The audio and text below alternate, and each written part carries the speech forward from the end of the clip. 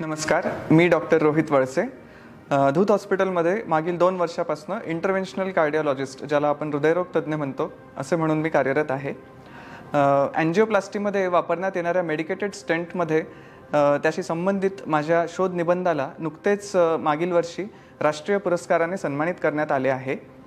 अँजिओप्लास्टीमध्ये ज्या गुंतागुंतीच्या अँजिओप्लास्टी असतात, ज्यामध्ये कठीण ब्लॉक्सना रोटा ॲब्लेशन, इंट्राव्हॅस्क्युलर लिथोट्रिप्सी अशा प्रकारच्या विशेष उपकरणांचा वापर होतो व त्यासोबतच दुर्बिणीद्वारे ब्लॉक काढण्यासाठी ज्यामध्ये आयव्हस आणि OCT अशा अँजिओप्लास्टीजमध्ये माझे विशेष ट्रेनिंग झालेलं आहे.